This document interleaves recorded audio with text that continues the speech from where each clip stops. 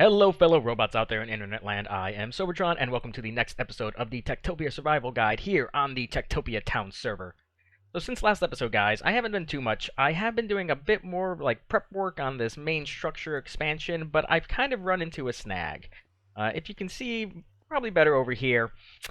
That path right there, yeah, it's got to go right through our farmland. So I need to move that, and it's going to be the same thing over here with the trees, because that path's not even all the way out yet, and it's going to cut back in this way, and I probably have to get rid of this cow farm.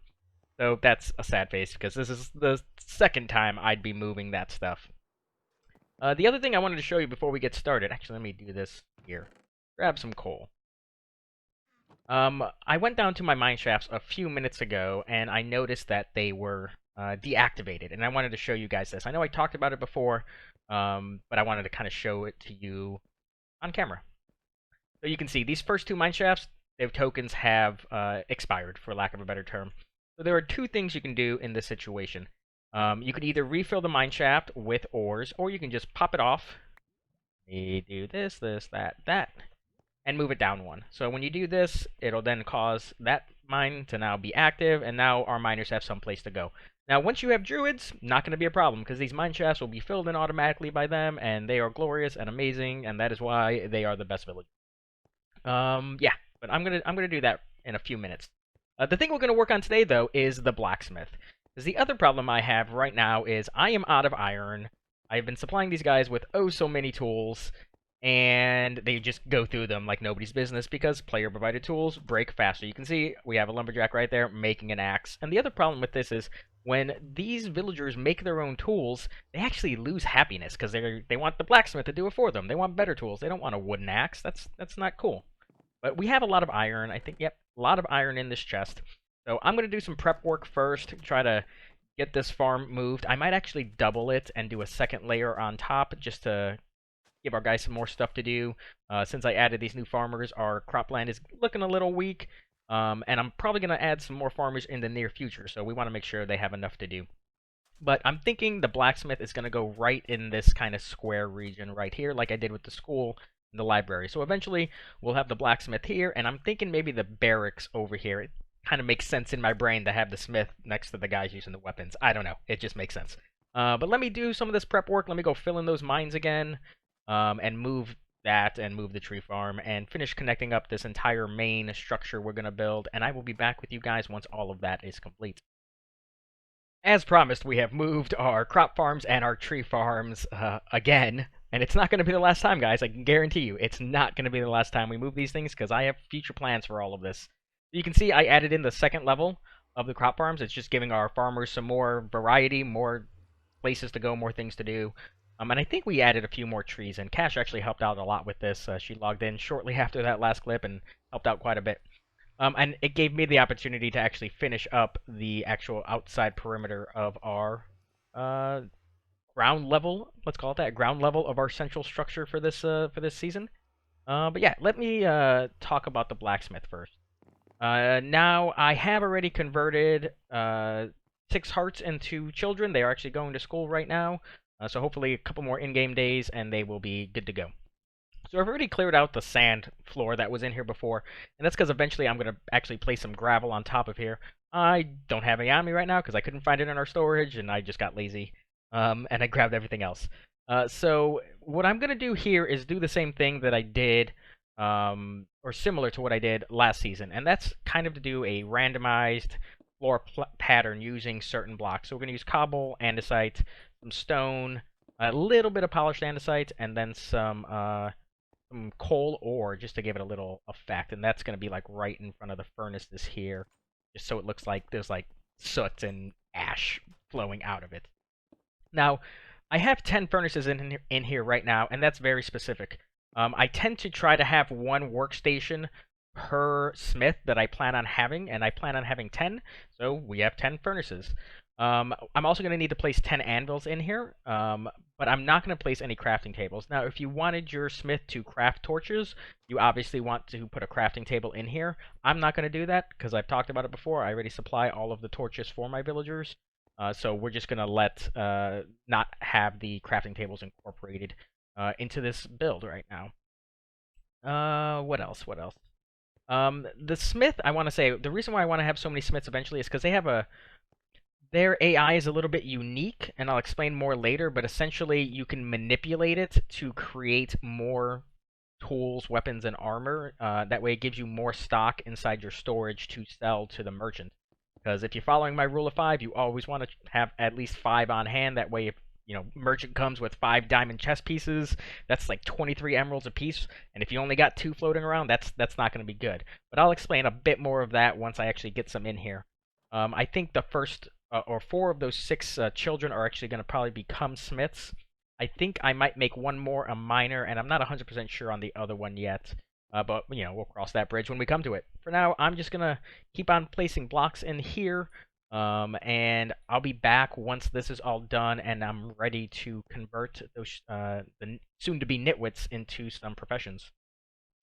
So I finished up our new smithy, and it's ready to be activated. So we are going to do that right now. Awesome. Glowing, guys. Always look for the glowing. So let's take a look inside. It's a little small for my taste, especially considering the large kind of forge in the middle here, but I think it turned out pretty good. I kind of wish we had some more gray stairs and slabs and things, like maybe andesite would be nice, but that's later version, so we can't really do much about that right now. I only went with 6 anvils right now, simply because we're a little low on player iron, and I don't want to go into the villager stocks. So we had a much more productive crop of nitwits turn up. From the last one we made. One of our guys actually has like 65 one of our guys actually has 65 intelligence, and we're actually going to make that one a miner just for the bonus ore chance that they get. 30s, that's not bad. Let's see what else we got. Ooh. There it is, 65. That's a really, really good intelligence, so we're going to do you. And making sure we shut off the torch stuff, because that is imperative. Now, these other guys, they're all around 30, mid to high 30, so we're going to start with these 2 over here, and we're going to make them our first smith. Turafam. Interesting name. So, the smiths have one of the most in-depth AIs. They have a ton of stuff they can do. And right now at the beginning, we're going to shut most of it off. We don't need buckets right now because that's only used for our ranchers, which we have none, so we're not going to bother crafting them right now and wasting that iron. We're going to shut off all the diamond stuff right now because we have a very small supply of it, and it's a better trade just to trade the diamonds themselves than the diamond gear. Now, for now, we're going to shut off crafting all the iron as well. We really just want them at the beginning to focus on smelting ores and doing nothing else. That way, that's their only task. They do nothing else. And we want to make sure we shut off smelt charcoal. We want them to use the coal that our miners are gathering. And we still want them to read in the library, but shears and torches we're also shutting off on all of these guys. So realistically, the only thing they're doing is smelting iron, gold, and going to the library. That is it. That is all we want them to do right now. Now, later on in this episode, I will go through some other things once all that ore is gone. We have, like, I want to say 8 stacks of ore right now, of iron ore. So it's going to take them a while to smelt, simply because it's just too much. It's a lot right now. So I'm going to keep on turning these guys and doing this laborious task of turning all these AIs off. And I'll be back once all that iron is smelted, and we'll move on to the next step, because that's really the thing I want to try to impress upon you guys, is how to manipulate them to get more tools than they're actually willing to provide you. Now, I wanted to mention a few things that I forgot to cover, and now is a good opportunity. It's the same in-game day, but it's nighttime now, so all the villagers are back in their homes. Now, right now, we can sort through ores because we didn't have blacksmiths before. We can put them in their own chest, but eventually you're going to run out, and the miners will just put them wherever. Ores are one of the few things that are very, very hard to sort. Really, the miners are just going to put them anywhere. So I don't advise you try to sort them after this point. Once all these are gone, the miners are just going to do their thing. The other thing I wanted to highlight is the furnaces. Now, a lot of players will come into a furnace that just finished smelting things, like this one, and it's got white text on it right now. And if I were to pull this item out, even though I have not interacted with this item to this point, if I were to pull this out, it would still be white text. That is the last step in the process. The smith themselves, the blacksmiths themselves, have to pull this item out. It'll appear as white text at this point, but as soon as the smiths pull it out, it'll be green. And that holds true also for our chefs. So when the chefs are cooking their food, it's going to appear as white text in the furnace. Leave it alone. The next day, a chef, or in this case a smith, will come by, he'll pull it out, and put it in storage. So don't don't feel the need that there's a bug or something going on. It's intended. This is all part of the process. So I just wanted to share that with you guys. I'm going to sit around and AFK for a little bit, because if you saw, they only went through like 47 ores today, plus whatever's in those furnaces. So it's going to be a couple more days before they actually get all these ores gone. I'm going to probably wait around, maybe just shear some sheep because I need more wool. I don't know. I'll find something to do. But I'll be back in a little bit, guys. We are finally ready to show off this trick that I've been talking about, but first I wanted to talk one thing about the merchant once you get the blacksmiths. So because they make so many things, they are going to heavily flood your economy. So you want to make sure you have a decent stockpile of things, like I have this gold to trade now, which is great. That's 60 emeralds right there for, a stack and a quarter. But they're going to, having a lot of iron on hand, you're not going to have a lot of diamonds, but having a lot of iron on hand before you get the blacksmith will allow you to craft these items in bulk. That way, when it's offered, you can trade it, and it'll drive up, geez, lumberjack, gosh. It'll drive up the price of other things that you have a lot more of, like your crops and your wood. But now let me explain how the blacksmiths work. So I've turned on one iron crafting recipe, and that's iron swords. So because I did it overnight, they all went to the smith first thing in the morning, and they all crafted iron swords. However, as long as there is only one iron sword left in storage, they won't craft it anymore. They won't. They see it being in the storage building, so they're like, oh, we're good. We don't need to do anything else.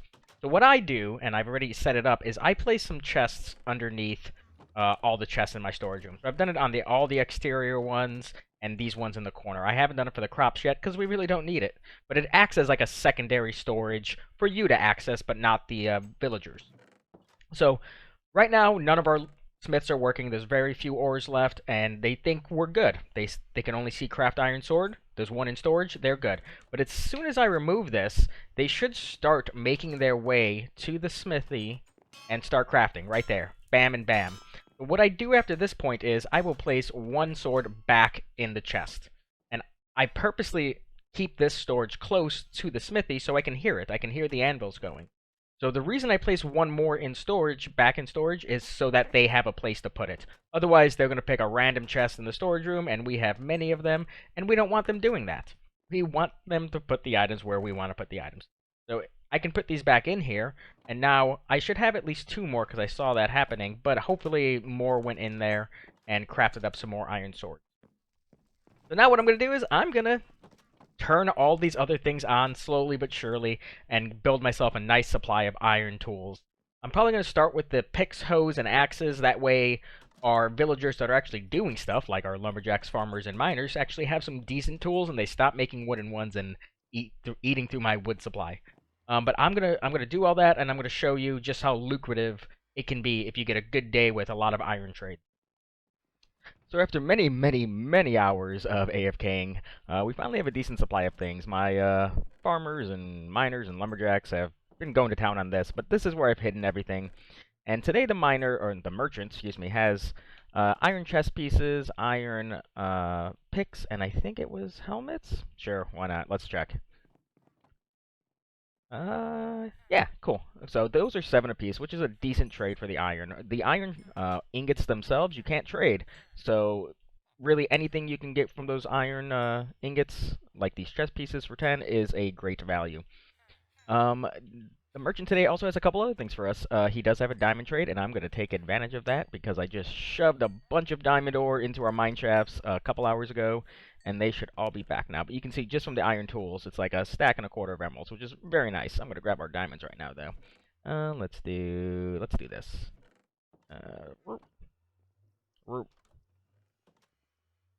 I probably could have done this a much more efficient way. Yeah, there we go. 20. Where'd you go? Merchant, no! Come back, merchant. Oh, I'm so sorry for you, sad miner. There we go. Awesome. Yes, I love the sound of experience in the morning.